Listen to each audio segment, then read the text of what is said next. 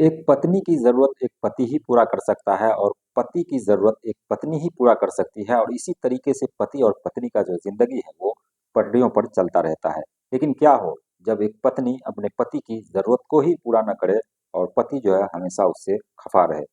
ऐसे ही एक कहानी मैं आप सभी को सुनाने वाला हूँ। एक राजेश नाम का शख्स होता है, उसकी पत्नी होती है और उसके 2 बच्चे भी होते हैं।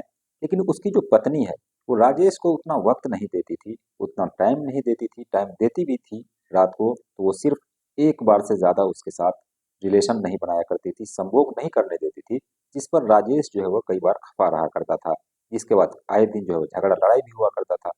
बात इतनी बढ़ जाती है कि ये जो उसकी पत्नी है, एक दिन सुबह उठती है और अपने बच्चे को लेकर सीधे मायके के लिए निकल लेती है। जिस पर जो राजेश है, वो भी गुस्सा था, वो भी उस वक़्त उसको रोकता-टोकता नहीं है। जिसके बाद वो महिला जो है वो चली जाती है। करीब 6 महीने बीतने के बाद राजेश जो है वो एक बार फिर से अपनी पत्नी के पास जाता है, उसे लाने की कोशिश करता है, लेकिन वो नहीं आती है। उसने मन बना लिया था कि इससे हम डिवोर्स लेकर ही रहेंगे। जिसके बाद जो कुछ भी होता है दोस्तों, कैसे राजेश ने अपनी ही बेटी के साथ उसको गंदी फ़िल्म दिखाकर पहले तो उसे लाइन पर लाया और उसके बाद जो भी उसने हरकतें की, ये सुनकर आप भी दंग रह जाएँगे। तो बने रहिए हमारे साथ वीडियो में एंड तक बने रहिए। वीडियो को लाइक कर दीजिए, चैनल को सब्सक्राइब कर दीजिए दोस्तों। आइए जानते हैं इस पूरी कहानी को, इस पूरी घटनाक्रम के बारे में कि आखिर ये घटना कैसे घटी। तो राजेश नाम का शख्स होता है जिसकी पत्नी, जैसा कि मैंने आप सभी को बताया, जब उसकी पत्नी वापस नहीं आती है तो राजेश फैसला करता है कि अब उसे दूसरी शादी करनी है।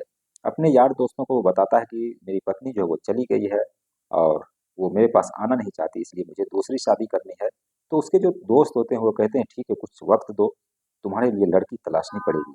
जिसके बाद उसके जो दोस्त होते हैं वो कुछ इधर उधर देखते हैं, लड़कियां तलाशते हैं, लेकिन लड़कियां तो मिलती नहीं क्योंकि 2 बच्चे का ये पिता होता है। एक विधवा महिला मिलती है।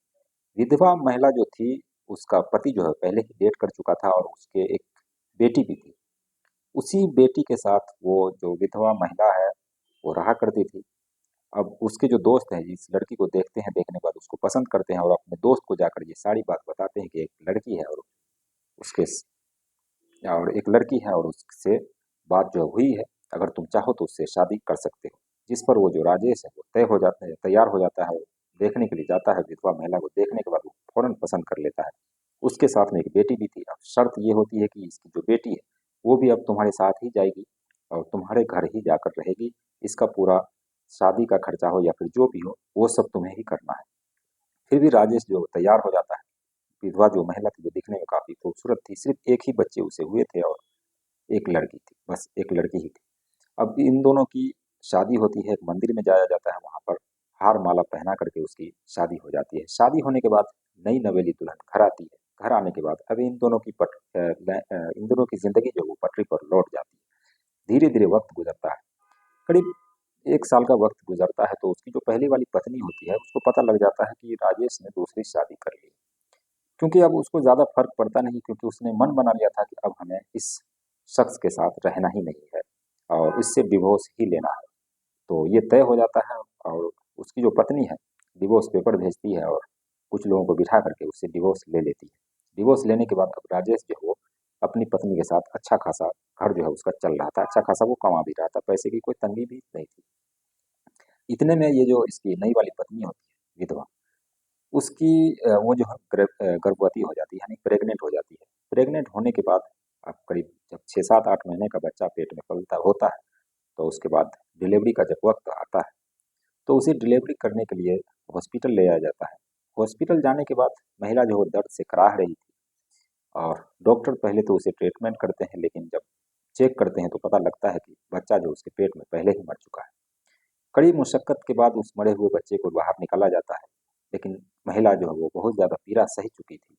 उसी दर्द के वजह से वो महिला के अंदर जो है वो बच्चा जो मरा हुआ था उसका पॉइज़न हो जाता है। पॉइज़न होने के बाद वो महिला भी वहीं पर दम तोड़ देती है। जिसके बाद राजेश एक बार फिर से अकेला हो जाता है और उस शव को लेकर अपना अंतिम संस्कार करते हैं घर ले जाकर के। अंतिम संस्कार होने के बाद अब सिर्फ घर में 2 लोग ही बचे, यानी कि राजेश और उसकी जो सौतेली बेटी कह लीजिए, दूसरी वाली जो पत्नी की बेटी थी, जिसका नाम प्रिया होता है। बस ये 2 लोग ही बचे। प्रिया ज़्यादा उम्र थी नहीं इसकी, 10 साल थी उस वक़्त जब शादी हुई थी और करीब 2 साल बीतने के बाद 12 साल इसकी उम्र जो है वो हो जाती है। अब 12 साल की उम्र की ये लड़की बच्ची थी, इधर उधर खेला कूदा करती थी, स्कूल भी उतना ज़्यादा जाया नहीं करती थी।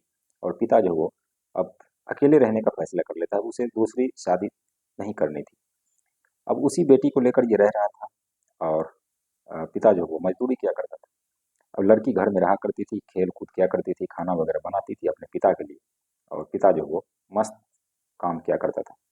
अब एक दिन ऐसा आता है कि जब दोपहर का समय होता है, वो उसके जो पिता है, प्रिया के पिता राजेश, वो घर पर ही थे, अपने मोबाइल में फिल्म देख रहे थे। फिल्म देखते देखते उसके मोबाइल के अंदर गंदी फिल्म थी, वो भी वो देखने लगता है और प्रिया को अपने पास बुलाता है। बुलाने के बाद कहता है, आओ इधर फिल्म देखते हैं हम लोग दोनों, और सारा जो गम है वो भुला देते हैं।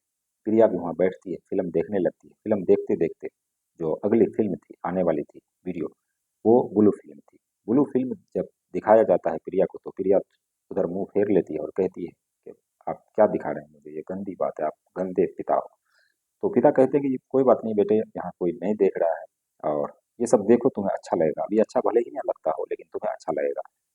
तो उसके जो पिता होते हैं वो मोबाइल प्रिया को दे करके अपने काम पर चले जाते हैं। अब प्रिया जो देखती है, उसके बाद में मोबाइल खोल कर वो बार बार उसी फिल्म को देखा करती थी। बाद में उसे धीरे धीरे अच्छा लगने लगा और ज़्यादातर मोबाइल जो है वो प्रिया के पास ही छोड़ दिया करता था उसके पिता। अब देखते देखते प्रिया को एक लत सी लग चुकी थी वो फिल्म देखने की, और आए दिन वो फिल्म देखा करती थी। एक दिन जो राजेश होता है, वो प्रिया को रात को बुलाता है खाना वाना खाने के बाद, और कहता है प्रिया को कि चलो आज हम लोग एक ही जगह सोएंगे। लेकिन प्रिया तो मना करती है, लेकिन फिर भी वो चली जाती है। और जाकर के सोने के बाद अब जो राजेश होता है, अपने मोबाइल में फिर से वो गंदी फिल्म लगाता है। लगाने के बाद प्रिया को दिखाता है और कहता है कि क्यों ना हम दोनों इसी तरीके से करें। प्रिया क्योंकि वो भी ब्लू फिल्म देख चुकी थी, उसके अंदर भी एक जुनून पैदा हो चुका था। इसके बाद जो है वो प्रिया भी तैयार हो जाती है, देखती है। देखते देखते इन दोनों के ऊपर वो भूत सवार हो जाता है, जो कि एक आम तौर पर पिता और बेटी के बीच में नहीं होना चाहिए। राजेश जो है वो प्रिया के धीरे धीरे कपड़े उतार देता है। कपड़े उतारने के बाद राजेश खुद भी कपड़े उतारता है और प्रिया के साथ जोर जबरदस्ती नहीं करता, बल्कि उसे प्यार से पहला फुसला कर उसको करने की कोशिश करता है। लेकिन प्रिया को दर्द होता है, वो कहती है कि मुझे छोड़ दो। इस पर राजेश उसे जबरदस्ती नहीं करता, उस दिन छोड़ देता है। फिर आए दिन उसी तरीके से अपने बेटी के साथ ही, उसके जिस्म के साथ वो खेलता है, लेकिन उसको अभी तक जबरदस्ती नहीं करता है। लेकिन एक दिन ऐसा आता है कि उसने प्रिया को जबरदस्ती किया। जबरदस्ती नहीं किया, बल्कि प्रिया खुद ही जो है वो उत्सुक हो चली थी इस चीज को लेकर, उस गंदी फिल्म को देख देख करके, कि वो खुद ही तैयार हो जाती है और खुद ही अपने पिता के साथ वो सब कुछ करने लगती है। और ये सोच कर करने लगती है कि ना तो ये इसका असली पिता है, और पिता सोचता है कि ना तो ये हमारी असली बेटी है, यानी कि मेरी सगी बेटी है। तो इसी तरीके से ये संबंध का सिलसिला जब शुरू होता है तो वो चलता ही रहता है, और ये सिलसिला इतना लंबा चलता है, इतने दिनों तक चलता है कि एक दिन प्रिया जो है वो प्रेग्नेंट हो जाती है। प्रेग्नेंट होने के बाद अब धीरे धीरे वक्त बीतता है।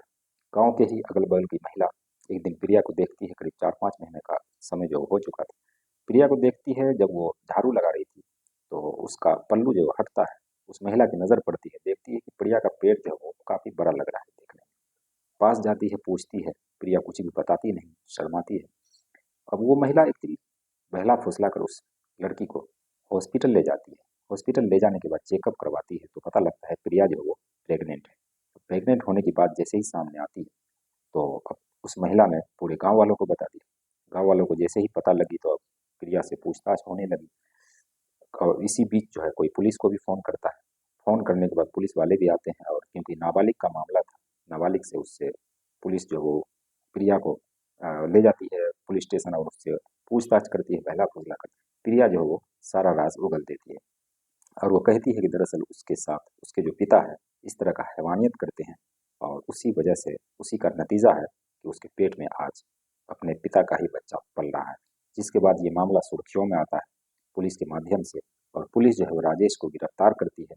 पोक्सो एक्ट और कई सारी धाराएं लगाने के बाद उसको जेल की सलाखों के पीछे डाल देती है, और प्रिया को बाल सुधार गृह भेजा जाता है। तो इस तरीके से इस घटना को अंजाम दिया जाता है कि एक पिता अपनी ही बेटी को गंदी फिल्म दिखाकर, गंदी फिल्म की लत लगा करके उसका शोषण किया, उसके साथ रेप किया, और रेप ही नहीं बल्कि उसको प्रेग्नेंट भी कर दिया। तो एक तरीके से ये पूरा घर जो है इसी तरीके से बर्बाद हो गया। तो दोस्तों, ये थी एक कहानी। बाकी इस कहानी को लेकर आपके मन में जो भी सवाल हो, जो भी डाउट हो कमेंट सेक्शन में ज़रूर बताइए। चैनल को अगर आपने अभी तक सब्सक्राइब नहीं किया तो सब्सक्राइब कीजिए। और इस कहानी को सुनाने के मकसद किसी के भावनाओं को ठेस पहुंचाना नहीं, बल्कि आप सभी को जागरूक करना था कि कोई भी रिश्ता ऐसा बचा नहीं है जो शर्मसार ना हुआ। बाकी आप क्या सोचते हैं कमेंट सेक्शन में ज़रूर बताइए। मिलते हैं नेक्स्ट वीडियो में नई कहानी के साथ, तब तक के लिए बाय बाय।